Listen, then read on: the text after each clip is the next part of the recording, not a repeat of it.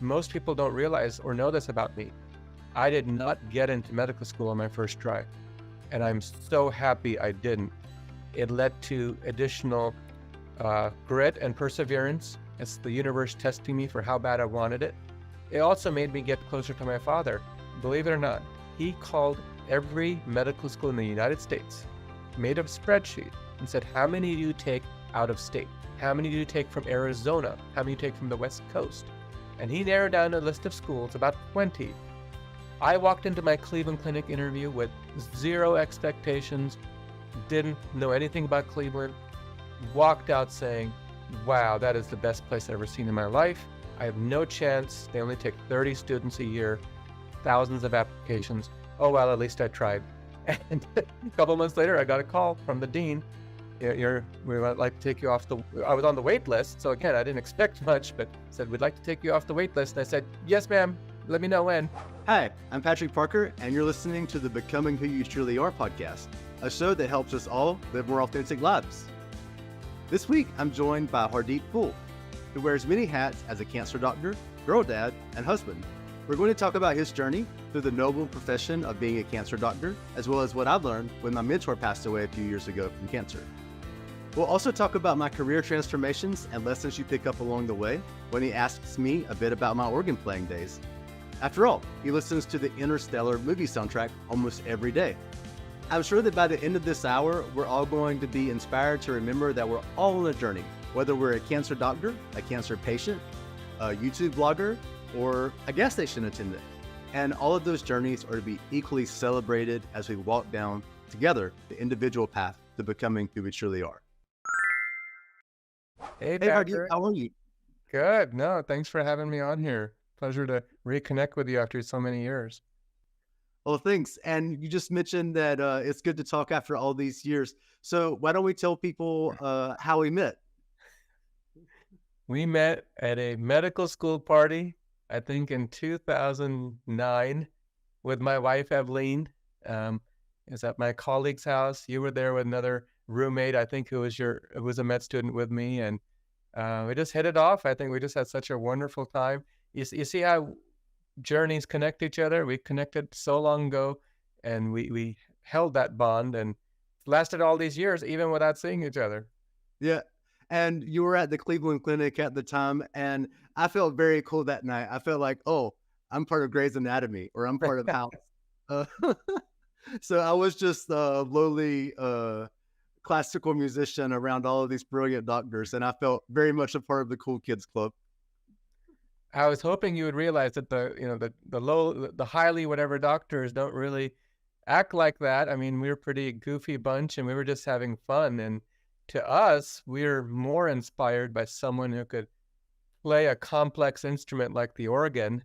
That requires every limb of your body and your brain and immense concentration.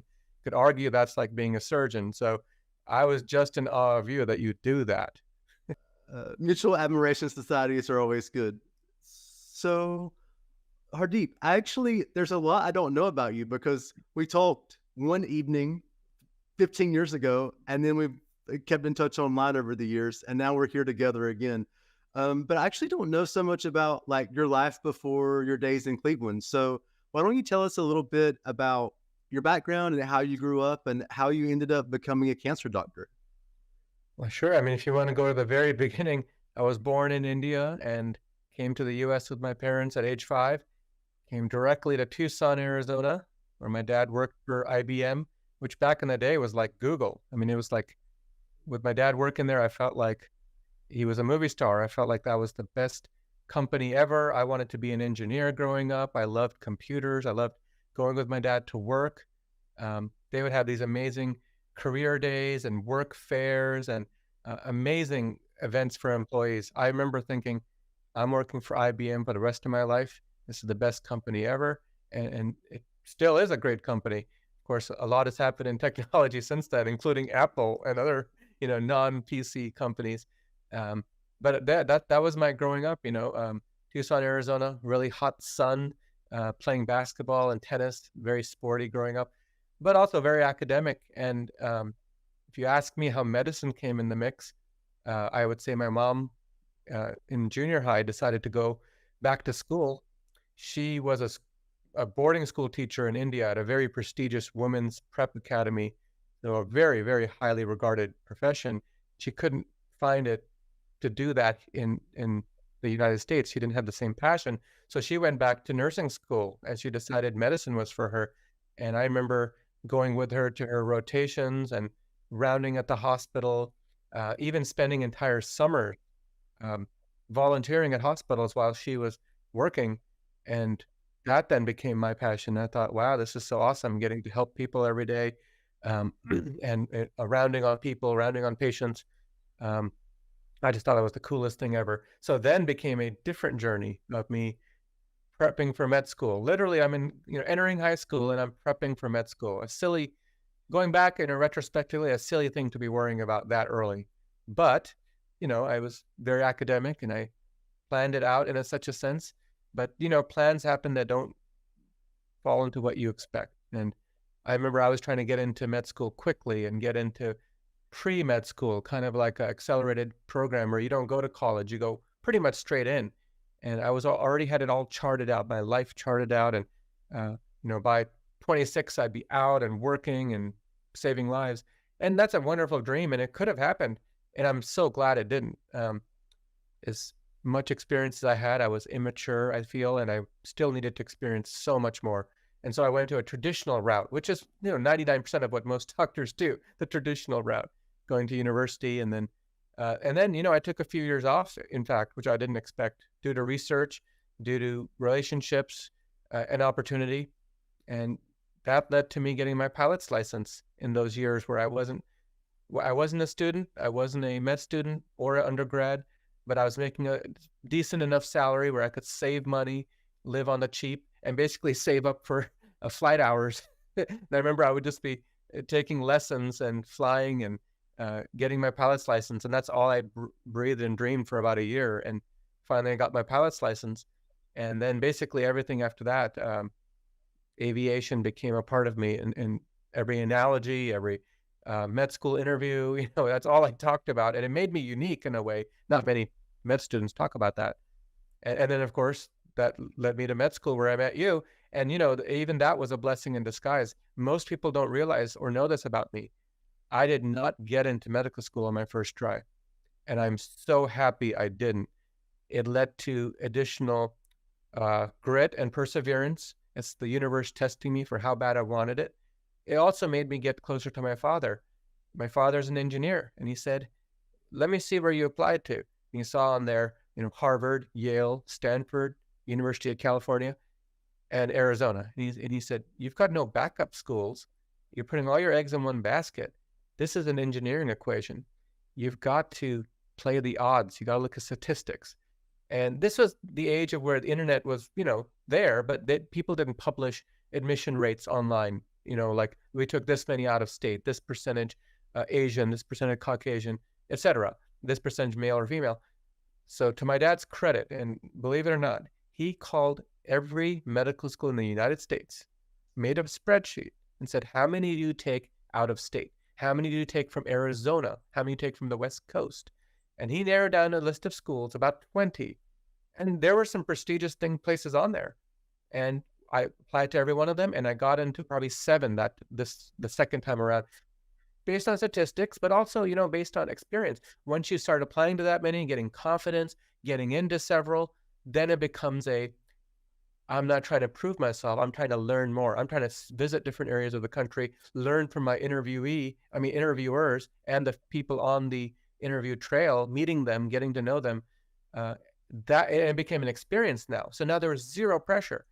I walked into my Cleveland Clinic interview with zero expectations, didn't know anything about Cleveland, walked out saying, wow, that is the best place I've ever seen in my life. I have no chance. They only take 30 students a year, thousands of applications. Oh, well, at least I tried. And a couple of months later, I got a call from the dean. We would like to take you off I was on the wait list. So again, I didn't expect much, but said, we'd like to take you off the wait list. And I said, yes, ma'am. Let me know when. And it was the best decision I ever made, Patrick, because, moving to Cleveland, I didn't know it at the time, but that was a very unique training method. It was not around back then, where you learn in classrooms, you don't memorize textbooks, you learn the natural way. You learn by wanting to be a lifelong learner. You learn in groups, you learn with teams and people. It's not one versus the world, it's team-based, and it's problem-based, and heavily research-based. The thought is, you're a scientist first, a physician second, but take the bench to the bedside and vice versa, and be compassionate and be a well-rounded person. And in our med school, we wrote portfolios, like 20, 30-page portfolios every quarter. Who does that? Most people just take an exam and they're done and they go party and take the boards and get into residency. We were writing portfolios, self-reflection, proving that we met competencies in knowledge, in communication, in empathy, professionalism, personal development. Can you believe that? They made personal development a competency. So you had to do something that was personal and that you were proud of outside of medicine and prove that you were achieving that. That is a very unique way to think, and that is a holistic way to think. It was Wild West at the time. It was, what the heck are you doing? That's not normal. We didn't even take formal exams, and it wasn't graded on a percent scale. No one got a percentage. No one knew who was top or bottom.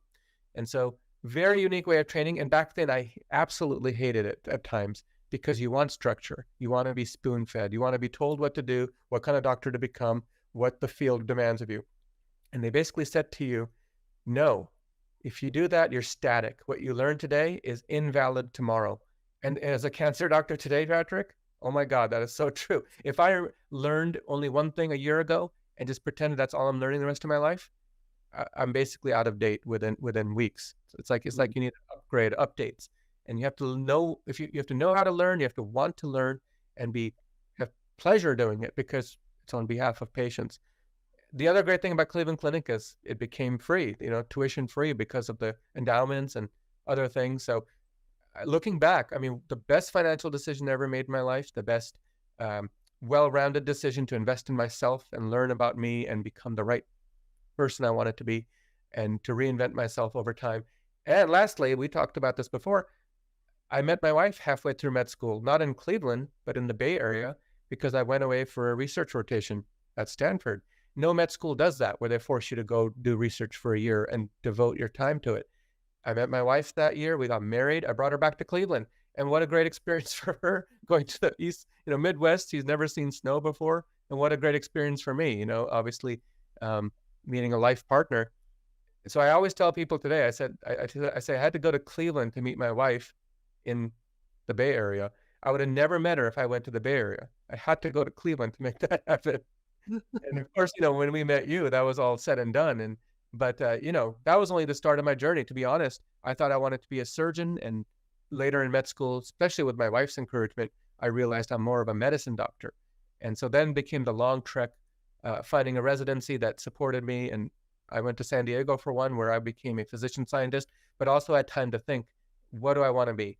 And I decided oncology, and full circle, because Patrick, my mom is an oncology nurse, and I didn't think I'd become an oncologist, but it eventually came back to me in that time frame. 10, 15 years after I started that journey of training, I'm meant to be an oncologist. And I've never looked back. Ever since I made that decision, and I said, okay, now I have a final career trajectory, never looked back, because it's full of uncertainty. You don't know what's going to happen next. It sounds like, great, oh, you're in med school, you made it. Not really, until you figure out what you're going to do, what kind of doctor you're going to be, where you're going to practice, until you find your talent, becoming who you truly are, right? Till you become who you truly are, and the universe, you match what the universe demands of you and what you demand of yourself, it finally fits. And I'm so happy the way it happened, Patrick. I probably wasted, quote unquote, 5 extra years in my research years, aviation years, the extra years of research. But look, I married my wife out of it. I'd saved money. I got a pilot's license. I got free tuition. And here I am sitting in front of you. And like, I look back and I say, wow, I mean, it was worth it. And I'm still learning. And I'm so excited for 5 more years from now. I'll be a different person, probably, in a good way. So in a long-winded way, Patrick, that's where I've come from. That's awesome. Okay, so I have about 50,000 questions. So one of the first things you said, Sure. you were talking about doing the rounds with your mom when she was an oncology nurse and learning over the summers.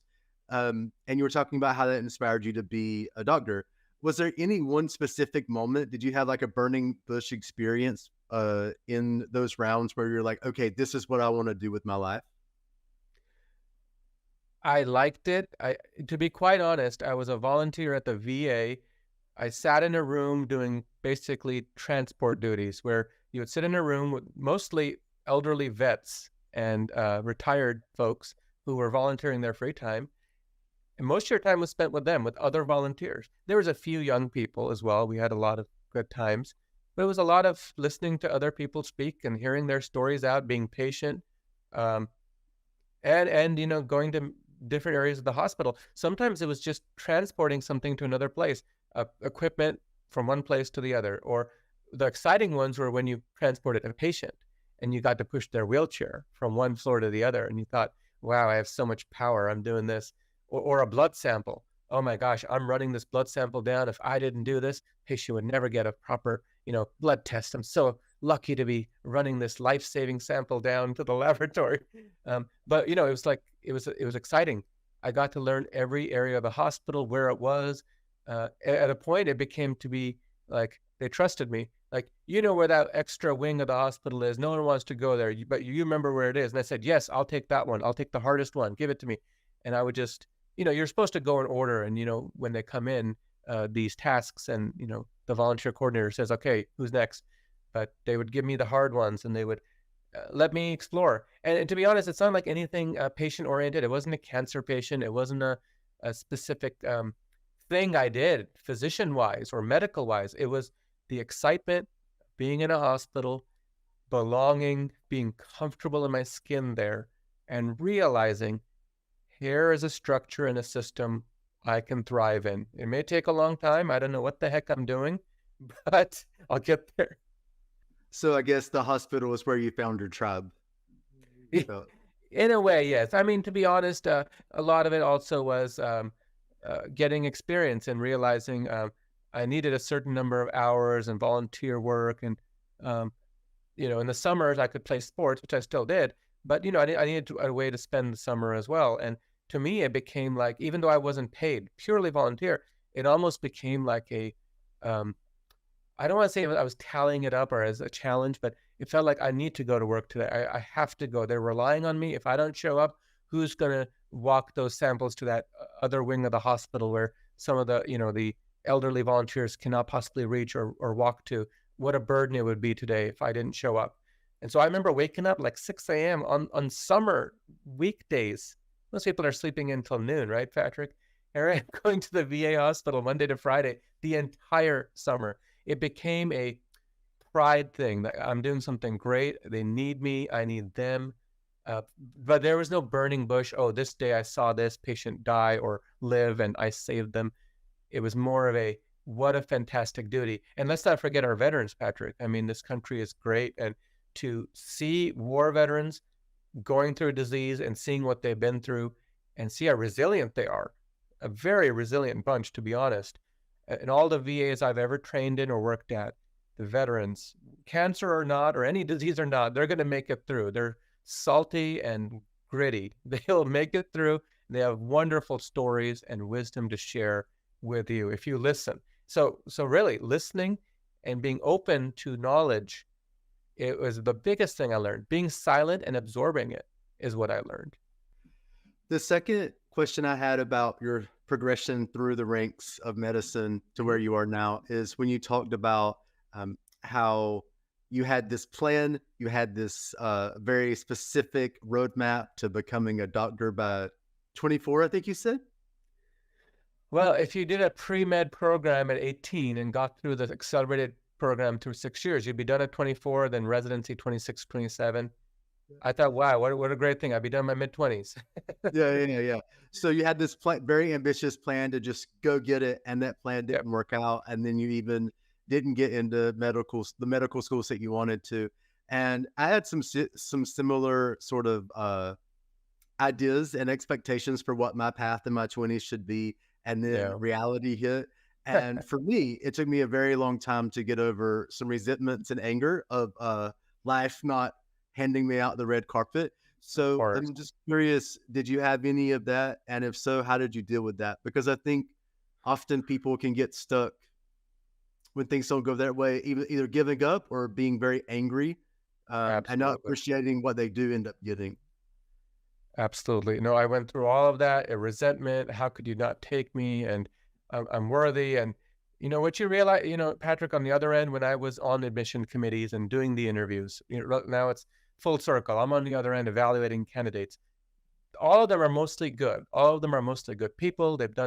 All of them have volunteered. All of them have given their lives, have good grades, intentions, probably really good intentions. So first of all, it's really there is statistics, right? Like I said earlier, it's you got to play the game, and you have to apply to enough. You have to have experience interviewing, presenting yourself. Um, Remember, I told you that I just tend to get a little bit of confidence under my belt, and uh, not necessarily be egotistical, but walk with calmness and not worry about this defining my life. And that's when I think the universe rewarded me, rather than holding on so tightly and demanding, like, here, where are my results? I'm putting it in. I deserve it now. It's like, no, you don't deserve it now. You're going to have to go through a period of struggle to prove you're worthy. And in that period, it's not like I was doing nothing. I published papers. I flew some more, reflected more. But yes, I can't lie to you that there wasn't a resentment that built up. And it was toxic at times. I even remember a few times where I judged myself or others unfairly because I thought I deserved to be there, and what am I doing in this rut? And I remember I was 25 years old, and I felt that way. And uh, obviously, I got into med school that year later on, and I said that was a breaking point, like that quarter century of 25 years. But it was worth that struggle. Everyone needs to have some struggle. I mean, it's easy to say everyone has a very plain career trajectory and they get what they want. And I would argue, when you get exactly what you want the way you prescribed, the it's actually not as exciting and not as adventurous, and you probably don't get as much out of it if it was all promised, as compared to if you fought for it and were open to parallel journeys, different things that worked out. For example, Patrick, if I just stayed in Arizona like I had banked on, why wouldn't my own state take me, right? I would never have opened up Cleveland Clinic, would have never met you, would never be on this podcast, but also would never met in my life. I would have been comfortable, never got out of my comfort zone. Most people that I know who stayed in the state are still there. They never left that state. So to get out of the comfort zone and experience what the world has to offer, just like you've done, Patrick, you're in Norway now. I would have never thought you'd be in Norway, but look at you. I mean, you got to go and see. There's a world out there, a huge world, and they do things the same, better, or worse than the rest of us. But the point is, they exist, and they exist just as validly as we do. Yeah, and just since you brought up Norway, when I moved here, I called one of my friends in Houston a few weeks after, and I was like, toward her, and I said, "Look, I just got my license to become a therapist in Texas, and this was what I was supposed to be doing. And now I'm into a country where I can't do it because I don't speak the language, and I have to figure out a total career pivot because I've moved here, and I hate this." And she said, "Isn't this so exciting?" And I just wanted to slap her through the phone, but she had a point. It's like, when my plans don't work out, something it's very scary and uncertain, but that's also where life happens. And as you Yeah. said, I'm so grateful for the last 3, 4 years. I learned so many things I could have never learned in Texas because I already learned whatever I was going to learn there. I lived there for 10 years and now I'm here learning something different. I mean, I recently have gotten very metaphysical, and if you think about quantum physics and you think about space and time, and it's actually a fabric, and there's Newtonian mechanics and how gravity and the laws of physics works, and there's quantum mechanics where space and time and fabric of things and bending space and time, all meld. And the idea is, what I've realized is this: just as the planets orbit and different stars and universes and galaxies orbit in certain ways and adjust and change based on various changes or vibrations in molecules, we orbit and change, and we have parallel journeys. There's probably potentially 10 Patricks or 10 Hardeeps in the world that could have stayed on one trajectory and would have been just fine and would follow that out. or another one that's doing what we're doing now, or another one that maybe didn't make it. And there's probably, clones of us in all of those parallel journeys that are orbiting, and none of them are wrong, but you have you can get out of orbit, you can change, you can adapt, you can be whatever you want to be, good and bad, of course. But the the potential is limitless. And so when I think of things like that, I think of our limited time in this earth, I start thinking to myself, wonderful that I'm in San Diego with the most gorgeous weather in the world and practicing and living my dream job and being a doctor. But is being a doctor at the end all? Is it really? Can't I do more? I haven't even touched aviation for a decade. I always wanted to go to Africa or India and open up a school with my wife and just teach school kids, and not necessarily even science. Could be English, could be anything. Um, do charitable work, help people who are less fortunate. We have such a limited time to make an impact in the world. And yes, I'm making a great one with being a doctor. But isn't that interesting, Patrick? I'm sure you're the same way. What can I do more? And it's a beautiful thing when you have people like us who ask that and want to be open to the universe doing that to us. So yeah, like for me now, I've figured out how to sort of edit videos, solo videos that we've been doing. And so it's like I wanted to sort of podcast. And there are plenty of things not YouTube related that I'm curious about also. So I think some people just have that wanderer's adventure spirit and other people don't. And I think the universe needs both. I agree with you. To each their own. I don't think anyone needs to be pushing the envelope and say, whoa, what's wrong with these people? To some, each their own, right? And that's also respect. You have to realize not everyone's on that, whatever that journey is you're on, and that you can't be judgmental. But how exciting to be on a journey and to be present in it and to be fully enveloped in it.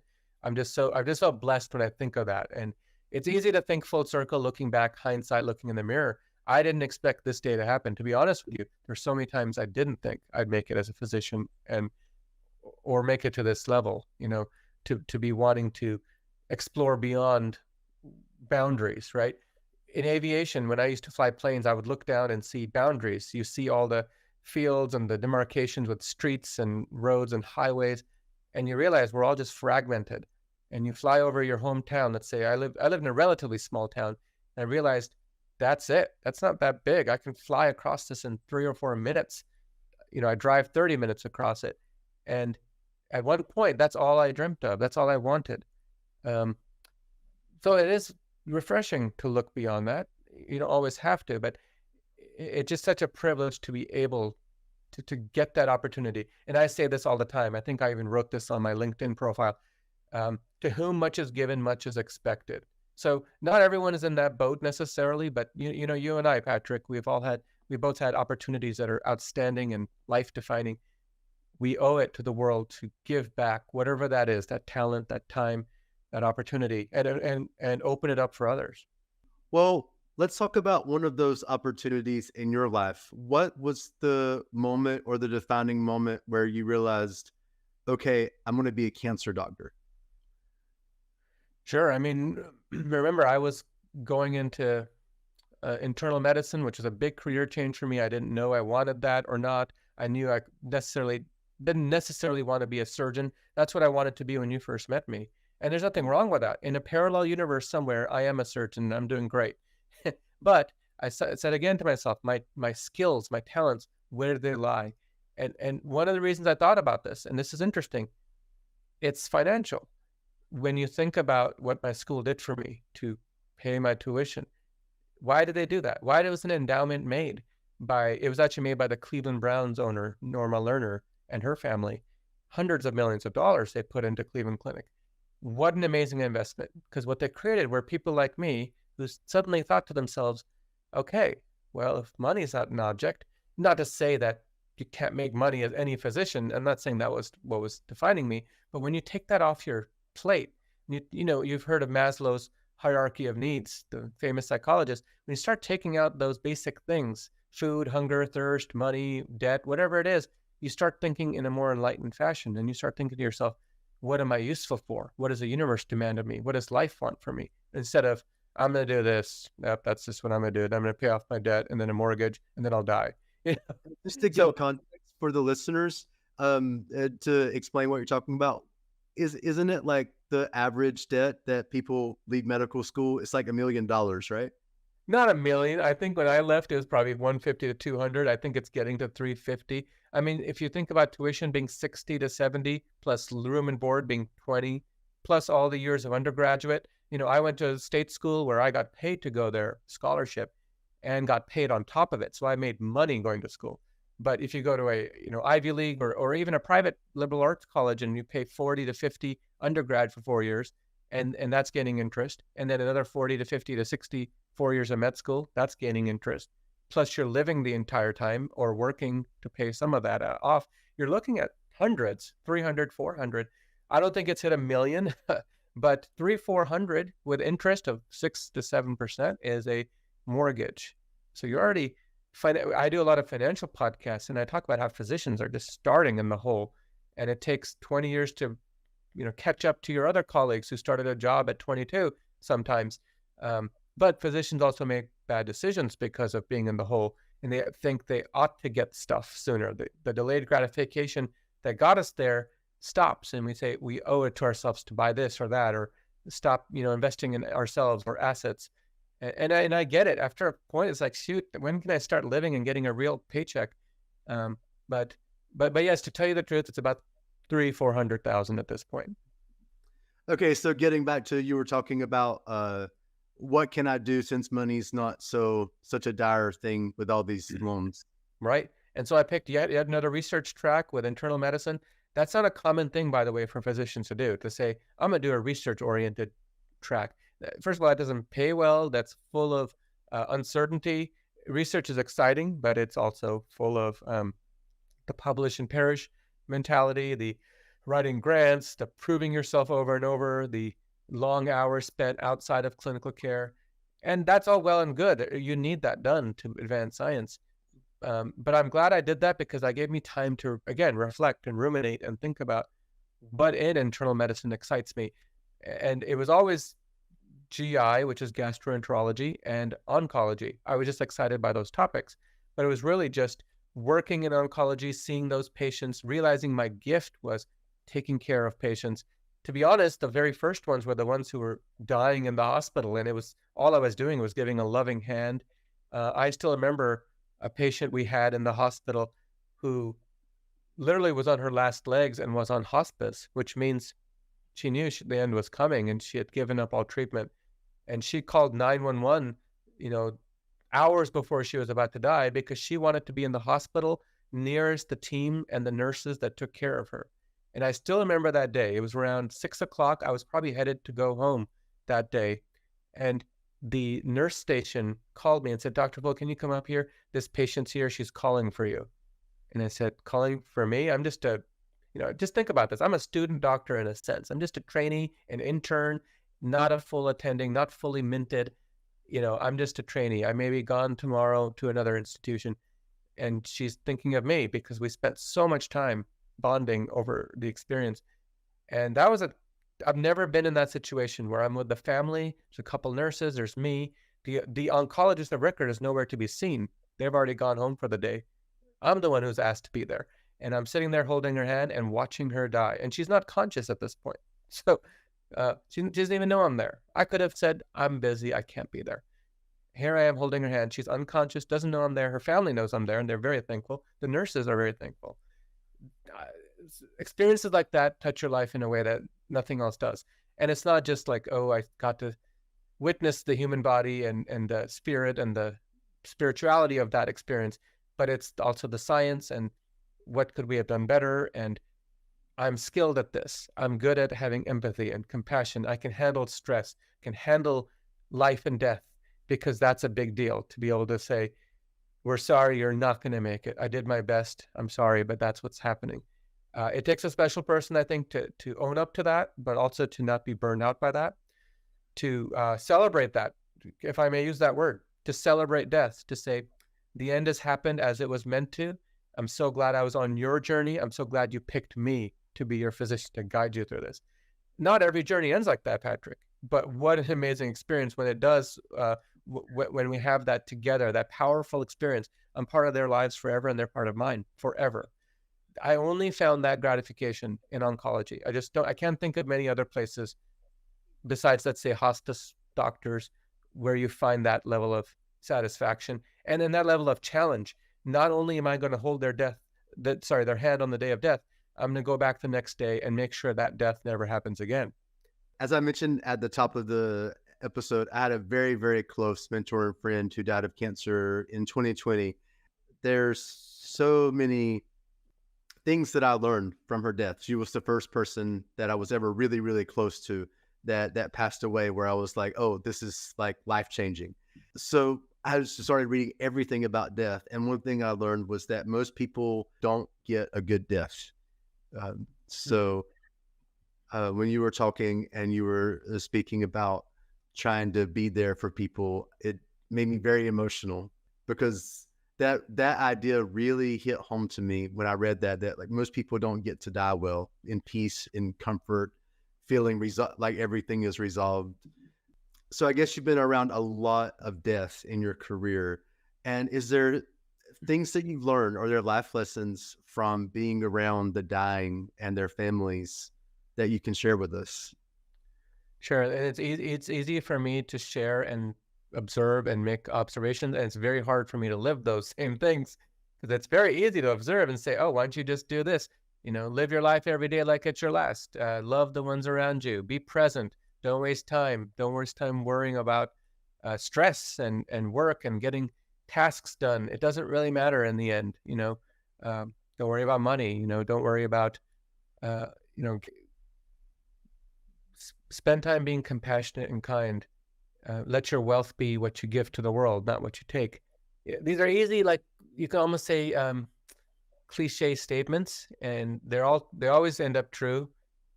It's very different for me to say, "All right, now I'm going to do that. I'm not going to work. Not going to read tonight. I'm going to spend time with the children. Not going to do this podcast. I'm not going to read this book."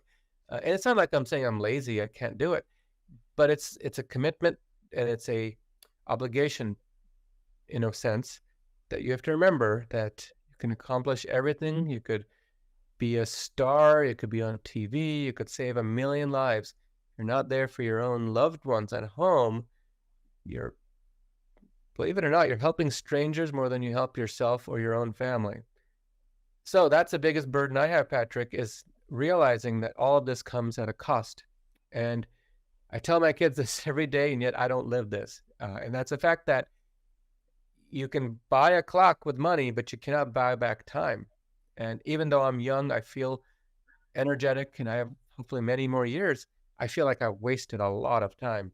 Not necessarily wasted with patients or helping people, but uh, there's things I've done that I wish I could undo. I wish I could go back and spend more time as the kids were growing, as they were younger, because you'll never get that back. I have pictures and videos and all this stuff. But to be truly present and be content in that moment and silence out all the noise, whatever that is.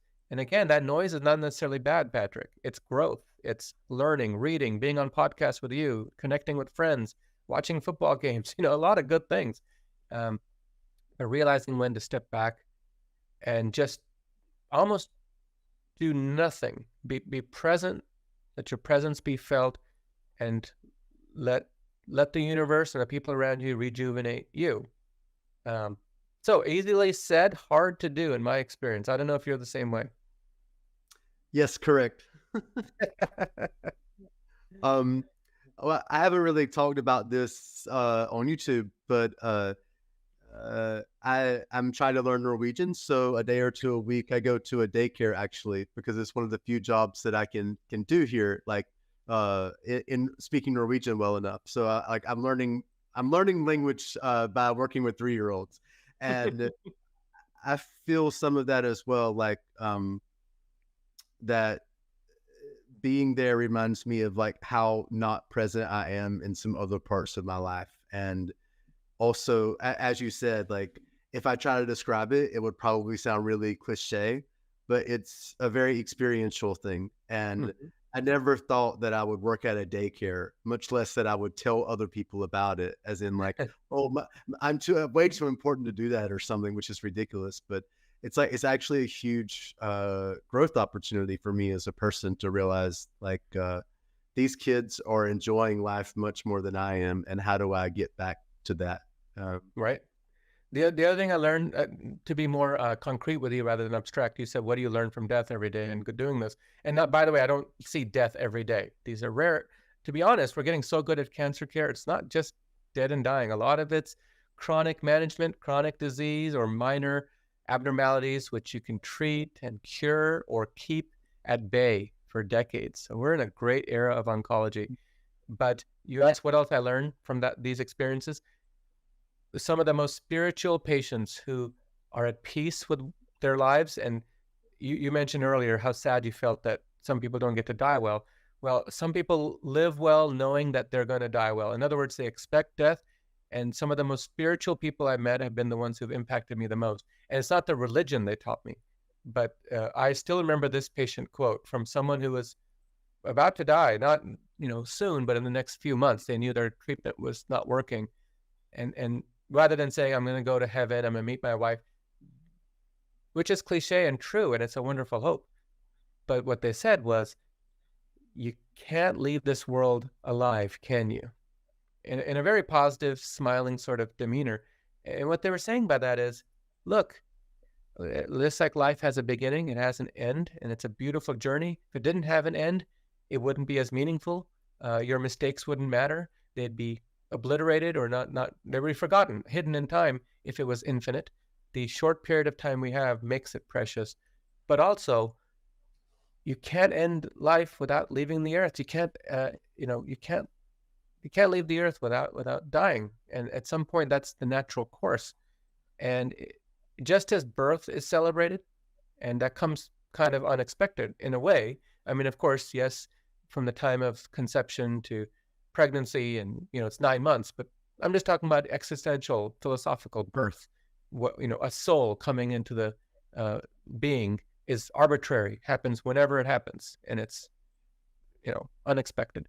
So is death, and it's unexpected, but it's a journey, and there's a reason. There's probably a fate, and I don't spiritually know what happens after death. I'd like to think we live on in some way, whether it's through energy or quantum mechanics or reincarnation or something of that sort, where it is more than just the physical world. But that's what really thinking about death helps me to come to terms with, Patrick, is my own death, being at peace with it, even if it happened tomorrow, even though that would be sad to happen this early. But the idea that is a limited, finite time, and it's not about hedonism necessarily, but enjoy your time, love it, love your time here. It's temporary. There's probably somewhere else we have to go after. I don't know if it's a world or just a spiritual existence before we come into another existence. But the point being that it's finite, it's precious. Learn from it when you can. Be as awake as you can to get everything out of it you can. Because if you don't, it just goes by like a flash without having done as much as you could, let's say. When I was grieving my mentor and reading everything I could find about death, one thing that I read is that when people die, there's a moment where the body loses like less than an ounce of its mass, and that science can't really explain what's going on there, but perhaps it's the soul leaving the body. Do you know anything about that? Is that true? Is that false? What do you think about that? I think I saw a movie about that. In fact, yeah, that same concept. I don't know. I see. Here's the problem, Patrick. We're trying to make measurements in a physical world, in a universe that's not necessarily physical, and that we don't understand, that doesn't obey what we think is the laws of physics. Everyone nowadays, what they do is they study black holes. They say, oh, black holes, they defy all logic, and light can't escape it, and we don't know what's on the inside of one, and how many other universes and portals and wormholes can exist out there that we can't see. So when you rely on senses and instruments and what we see in the physical world, you're highly limited in what you can detect.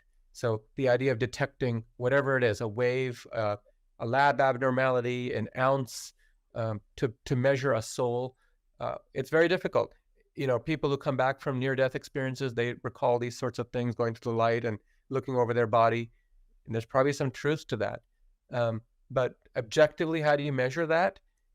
I don't know if you can do that with science. All you can say is um, there is truth out there, and you should always keep searching for it. And science is the only way to do it objectively. But you must also think, I don't want to say non-scientifically, but you must also think metaphysically and realize there's some things at this juncture in time we cannot understand. That starts to be called faith. That may be called quantum mechanics. See, there's so many terms for it, but I think it truly exists. That term you're talking about, the soul, and what happens when the physical world no longer exists for that soul. And so getting to something a little bit more reality and physical based. So yeah, I'm just thinking about your day-to-day life, or day-to-day work at the hospital. And I'm just thinking it must be hard to be a doctor and see a bunch of patients all day. And I would just think in my mind, if I'm thinking of the little bit that I know about being a doctor, that I would imagine there would be probably a lot of doctors that feel burnout or very, they lose their sense of purpose. And so is that a common phenomenon in the medical field? And if so, do you have any insight into that? Have you experienced that yourself? Do you have any experience that you can share Certainly. with us? Certainly. I mean, that the word burnout is used in every industry and career. It's not unique to medicine. And, they talk about COVID leading to more of it, but I think that just exacerbated what already existed. To me, burnout, and there's many words to define burnout, but burnout happens for a physician when you no longer have the purpose you went into doing something. And we go in to save lives and serve people. And truly, it's a pure purpose. I think 99.9% of physicians are doing it for the right reasons. And they want to do good. And they want to even bend over backwards when things are not necessarily what they want to do, whether it's administrative or otherwise burdens that they have to do just to work. That could be, for example, we write a lot of medical records and notes and do a lot of clicks on the computer, a lot of non-face-to-face patient care. None of us went into it to medicine for that. But I've gotten so good at that, like efficient, it's almost like I got to do it, and I do it well, but do it quickly so I can get back to the patient. But sometimes it gets so overwhelming, the amount of documentation or tracking down things. It's almost like it becomes a puzzle rather than everything being given to you and streamlined and expected. It's always uncertain. What I just tell you about a career in medicine, it's uncertain. So in a way, it prepares you for that. When you deal with uncertainty and you deal with figuring out things, problem solving, that becomes less of an issue. I think better than burnout is the term moral injury. Moral injury is actually what I think really happens. Moral injury is separating a soul or a professional from what they actually intended to do in that profession. And that's less of a inflicting sort of judgment on someone and more of a blame on the system. Burnout is almost like a cop-out. This is your fault. You can't handle the stress. Let me take you to a yoga retreat. And different employers throughout the country and every industry have various ways to combat burnout. And it's often on the employee to do it, right? It's not let us take away your workload, the moral injury, the whatever it is, the lack of childcare. That's the biggest one there, right? We don't make it easy in this country for working parents to have good childcare, and so they're basically struggling day to day just to make it to work and then also pick up their kids after work. Simple things like that, let's say.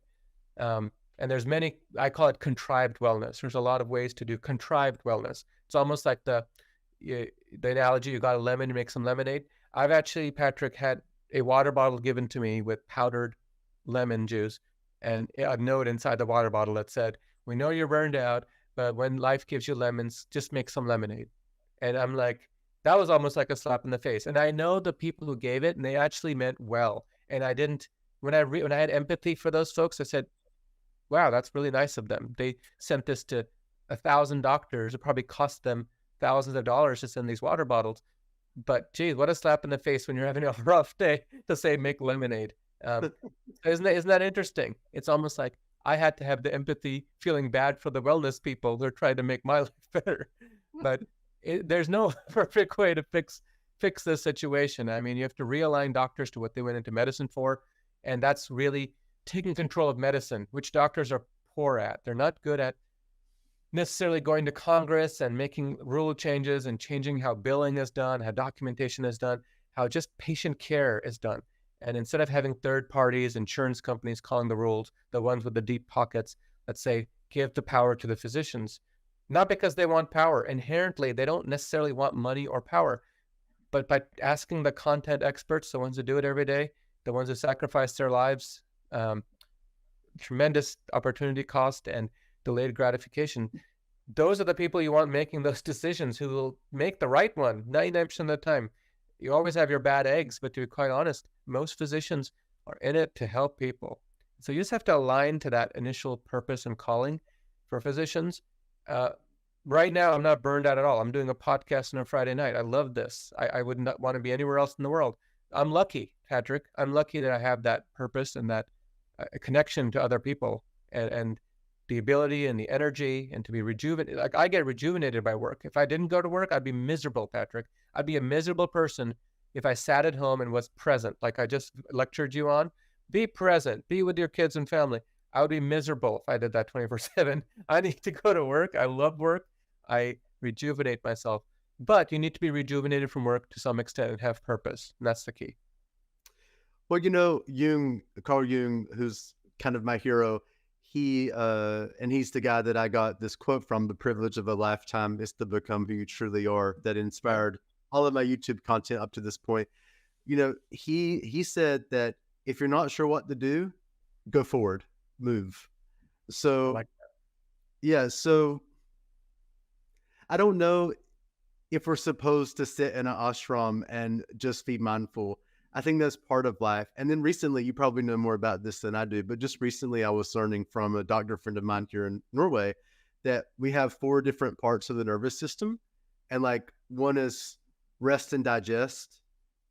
So 2 are fight and flight, 2 are rest and digest. And there's a good and bad version of both.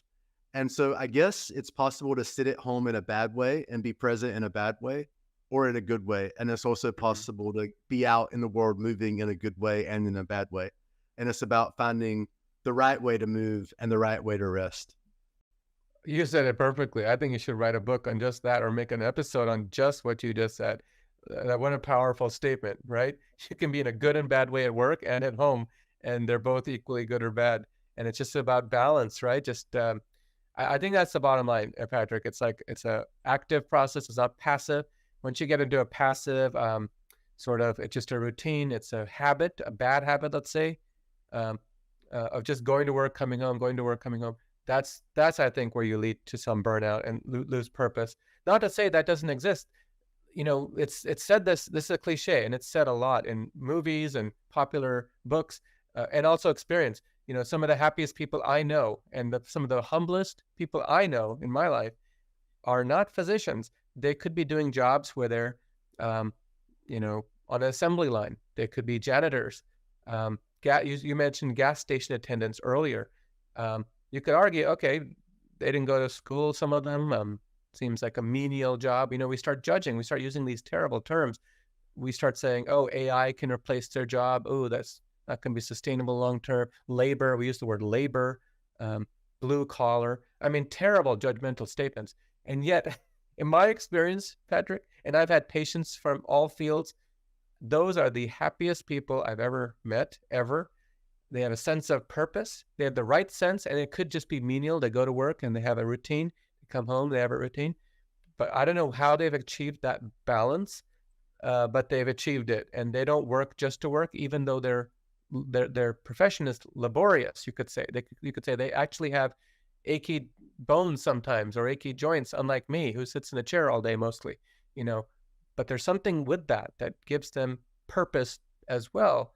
And if you think about it, I can't do my job at all if there wasn't someone who emptied the trash, who cleaned the bathrooms, who kept the buildings sparkling clean, who delivered the packages, the medicines, let's say, for my patients, who who came in the morning and opened all the doors and made sure everyone could park and made sure any people who are disgruntled, get help when they're lost in the lobby. Um, you don't think those people have a huge purpose and reason to exist? I mean, they definitely do. And so I almost say, like, you don't have to go to an ashram. You could, like, go spend some time with people like that. You'll probably find the meaning of life. How interesting.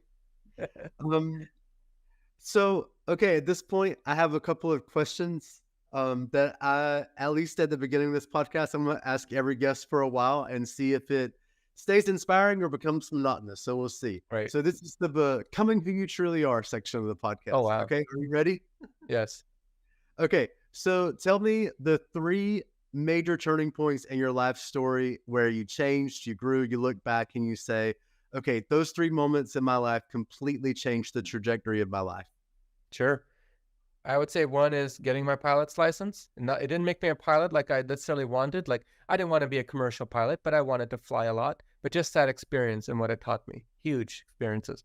Number 2, as painful as it was, I think applying to medical school twice, going through that process, really testing my resolve, really proving that I needed to prove myself, but also be persistent and not give up on a dream that was planted.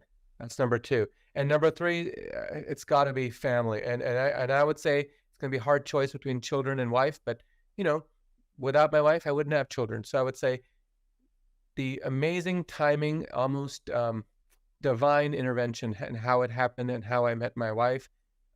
Didn't plan any of that. It just happened. And we got married within 8 months of me meeting her. And we met on each other's birthdays. She messaged me on mine, and I messaged her on her. I called her on hers, and we didn't know anything about each other back then. That there's no way, Patrick, I could have invented that. It's just not possible if I planned that. So those are 3 changing parts of my life. And I didn't talk about this enough in my career trajectory. You asked me honestly, what changed your career? It was stability. And we talked about Maslow's hierarchy of needs. Love is a hierarchy of need, Patrick. If you don't have love, you have no reason for existence sometimes. And we talk about mental health in all professions, especially physicians. You can't have purpose and passion if you don't feel loved. And we underestimate that.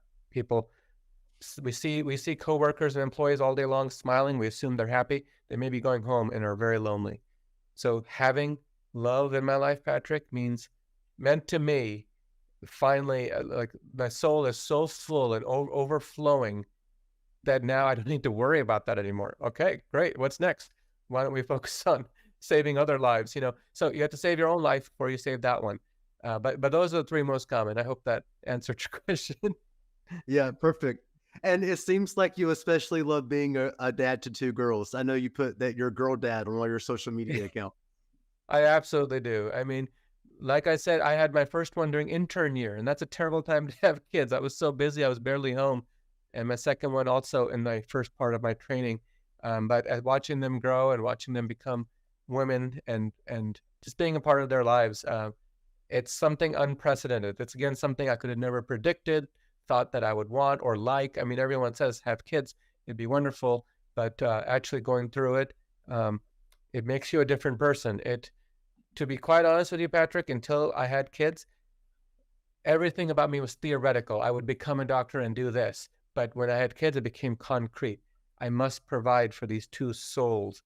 There was a time when I barely made enough money to, let's say, keep a roof over our head and, afford the diapers and all the other things that goes along with having children. And I didn't talk about this in this podcast, but that led to me actually making financial decisions where I started to look into consulting and moonlighting. And that's another important decision I made to make myself successful, is to start investing in myself and gaining wealth and accumulating capital and saving it. And the only thing that made me have the incentive to do that is having children. I would never in a million years otherwise do that. There's no incentive. I don't need money. But when you start needing it to save for your family, it's like a different type of need. And so that, to be honest, having children also made me very financially successful in the sense of not like flashy wealth, but the ability to save and be prudent and know how to invest and focus on assets that matter and that have value. Wow. Okay, next question in the becoming who you are truly are section. At this point, do you feel settled in yourself? Do you feel like you are who you're meant to be? Or is there still some work to do? And if so, what is that work? Certainly. I mean, like I said, Patrick, we're on a life journey. We're lifelong learners. I'm settled right now where I am, and I'm happy with it. I think I'll be a physician for a decade or two. Who knows how many longer? I could probably be working for the rest of my life. A lot of physicians work till their death. I mean, I wouldn't necessarily not like that. I love what I do. And if so much was invested in me, why not give back every ounce? But like I told you earlier, I have this calling to do more than just that, whether it's some way through aviation or serving abroad or serving locally. You don't have to necessarily go to Africa or India to find people who are struggling, who are homeless, children who are orphaned, who don't have opportunity. You could be a mentor for them. I just have this calling. I don't know why. It's just there. Something about opening a school, something just like you, something about learning a new language. You're learning Norwegian. I don't know. I want to learn another language. I don't know how or where or when, but it's going to happen. And something about flying planes, whether it's going across places delivering medical supplies or just flying for fun and taking people up to show them the world. There's something there that I must do. And Hardeep, okay, next question.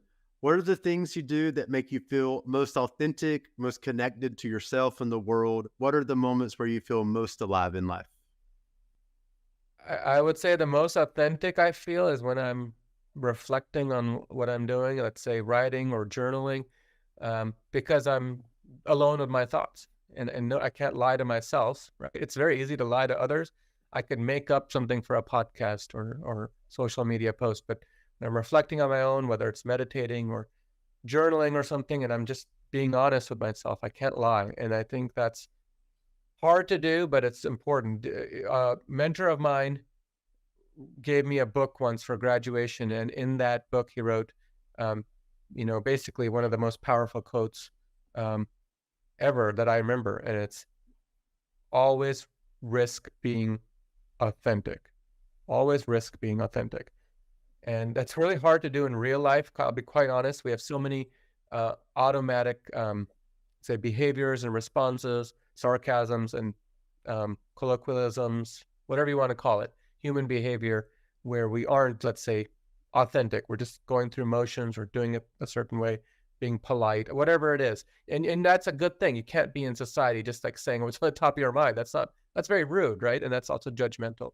But my point is, when I'm with myself and alone, I know my mistakes, my shortcomings. I don't need someone to point them out, and I don't need to point out others. That's not my journey. My journey is to not be hard on myself, but to be real. And I feel like I'm most real when I'm alone.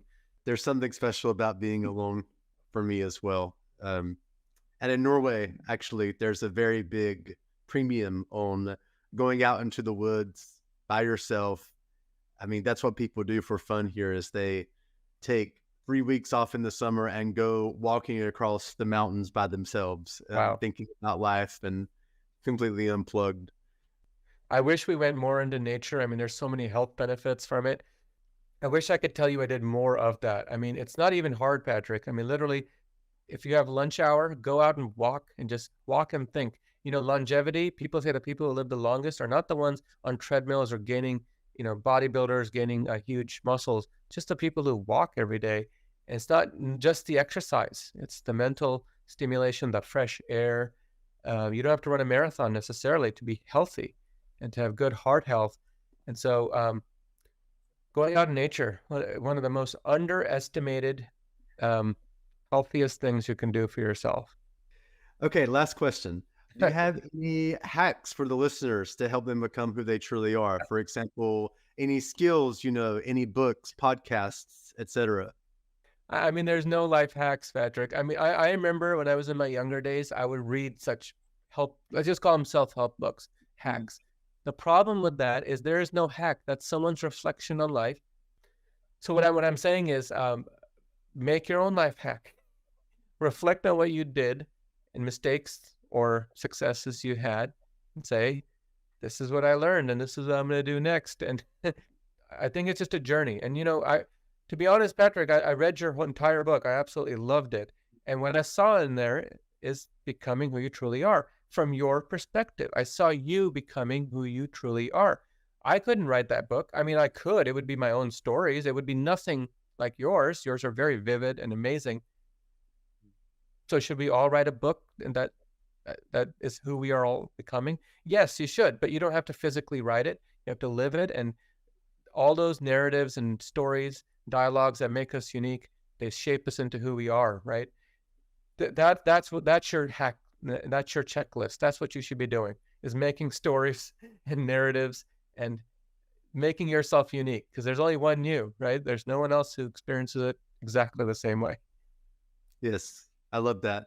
And well, thank you for what you said about the book. I feel like a 4-year-old that just got a gold star on my test. So that was nice. So Hardeep, on that note, how do you want to finish up our time today? I don't think there's any perfect summary today, except that it's an ongoing, beautiful discussion. It's a continuation of something from 13 years ago that literally just continued without any pause, even though there was a decade in between. And that's what's amazing. Interstellar, right? You talked about that earlier, how Interstellar, that movie, I love listening to that, the organ music every day. I mean, that just makes me think we're all connected, no matter what area of the planet or time zone we're in, or how long it's been. You can reconnect instantly. And I don't know, that for some reason that movie really speaks to me, and that organ music makes me think of you. I don't know why, but you played the organ. So one day, if you can play that somehow in like a big church and just play that for me, and I can hear all the vibrations and the pipes moving, that would be like a life dream to me. Who knows? Can you play that? Can you play No Time for Caution by Hans Zimmer? Actually, I've never seen the movie or never heard the music, so I have to go do some research. Yeah. You're going to start watching it, and you're going to start playing organ again after that. You can buy one for your house. Do you, by the way, do you still play music at all in any way? Well, actually, I took a few years off when I moved to Norway, and I thought very much that I was completely finished with that part of my life. And then I met a very special neighbor who found out that I was a musician and that I lived in Leipzig, Germany, and I used to really love playing the music of Bach. And she had sung in the Oslo Bach choir here for a very long time. And she connected me with the director there, and I did a concert with them, and it was nice. And then he invited me to do a solo concert this spring. So I'll go back and do that. So maybe, I don't know, maybe I'll have to go look at this Interstellar music and play it on that concert. In many ways, it feels like a very complete part of my life. Yet when I go do it, it feels very much like home. So I don't have any passion or ambition for it. But when I do go do it every couple of months now, it feels very comfortable. And that's a nice feeling to have in life, is comfort. So.